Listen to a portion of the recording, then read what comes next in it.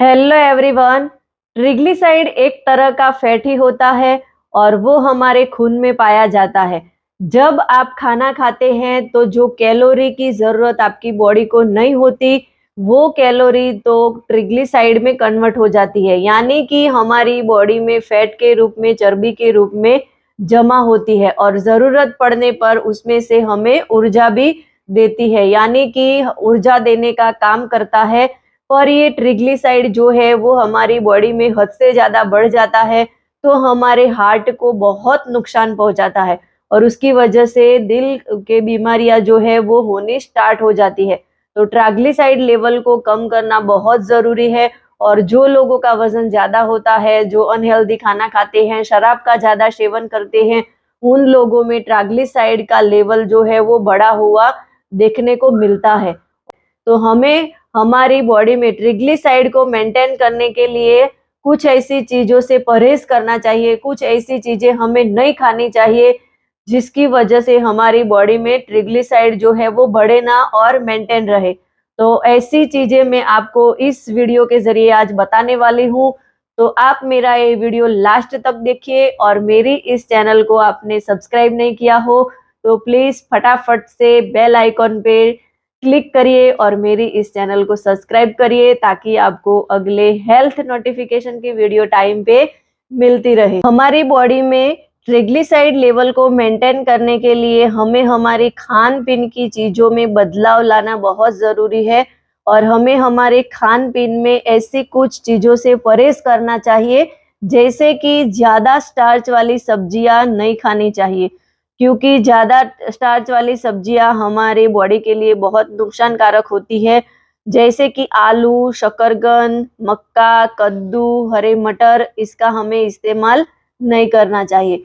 और दूसरी जो खाने की चीज़ें से परहेज करना है वो है पास्ता, नूडल्स, आलू चिप्स, फ्रेंच फ्राइज, मैदा और उससे बनी हुई चीज़ें जैसे कि बिस्कुट और पेटीज, सफ़ेद ब्रेड, केक, प्रेस्टीज, पिज्ज़ा, समोसे। और दूसरा हमें जो परहेज करना है वो है मीठी पेय पदार्थ। जो मीठे पेय पदार्थ है, जो कोल्ड ड्रिंक्स है, मीठी चाय, मीठी कॉफ़ी, उसका हमें बिल्कुल इस्तेमाल नहीं करना चाहिए क्योंकि उसमें चीनी की मात्रा ज़्यादा होती है और वो हमारी बॉडी में जाके ट्राइग्लिसराइड में कन्वर्ट हो जाती है।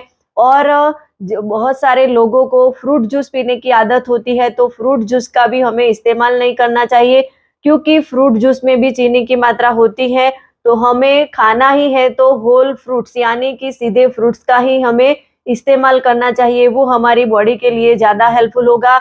और चावल भी हमें यूज़ नहीं करने चाहिए क्योंकि चावल में भी ज़्यादा मात्रा में स्टार्च पाया जाता है और चावल हमें खाने ही है तो हम जब उसको पकाते हैं तो उसमें ज़्यादा पानी डालिए और पानी जो ज़्यादा होता है तो ऊपर वाला जो पानी है वो हमें बाहर निकाल लेना चाहिए।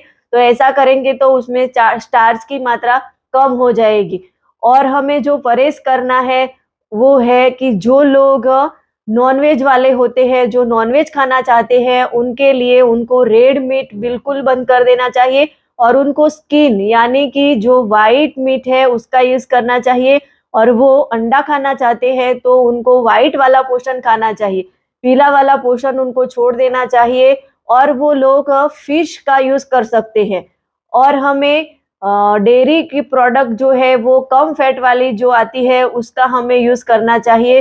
तो इस तरीके से हमें परहेज करना चाहिए। खाना पकाने के लिए हमें ट्रांस फैट, सैचुरेटेड फैट का बिल्कुल इस्तेमाल नहीं करना चाहिए, हमें अनसैचुरेटेड फैट का इस्तेमाल करना चाहिए। मक्खन, रिफाइंड ऑयल और नारियल का तेल जो है वो सैचुरेटेड और ट्रांस फैट होता है तो उसका हमें इस्तेमाल बिल्कुल नहीं करना चाहिए। उसकी जगह पे हमें जैतून का तेल यानी कि ऑलिव ऑयल, मूंगफली का तेल, सरसों का तेल और कनोला का तेल, उसका हमें इस्तेमाल करना चाहिए। और हमें हमारे बॉडी में ट्राइग्लिसराइड लेवल को मेंटेन करना है, उसको कम करना है तो ओमेगा 3 फैटी एसिड वाली चीजें ज्यादा खानी चाहिए। और ओमेगा 3 फैटी एसिड हमें फैटी फिश में से मिलता है। साल्मोनल फिश, ऐसी जो फिश आती है उसका इस्तेमाल हमें करना चाहिए और उसमें से हमें फैटी ओमेगा 3 फैटी एसिड मिलेगा जो हमारे हार्ट को हेल्दी बनाएगा, हमारी खून की नलियों को साफ करेगा और अच्छी तरीके से हमारा ब्लड सर्कुलेशन हो पाएगा। जो लोग वेजिटेरियन होते हैं उनको फ्लैक्स सीड्स यानी कि अलसी के बीज का इस्तेमाल करना चाहिए। अलसी के ऑयल का भी आप यूज कर सकते हैं, कनोला का ऑयल और जैतून का ऑयल यानी कि ऑलिव ऑयल इसका यूज कर सकते हैं, और अखरोट, ये चीजें आपको शामिल करनी चाहिए। इसमें ज्यादा मात्रा में ओमेगा 3 फैटी एसिड होता है, और साथ में आप सूरजमुखी के बीज, कद्दू के बीज इसका भी इस्तेमाल कर सकते हैं, उसमें भी ओमेगा 3 फैटी एसिड पाया जाता है। और ट्राइग्लिसराइड को मेंटेन करने के लिए आप सोयाबीन का यूज कर सकते हैं, सोया से बनी जो चीजें होती है उसका इस्तेमाल कर सकते हैं।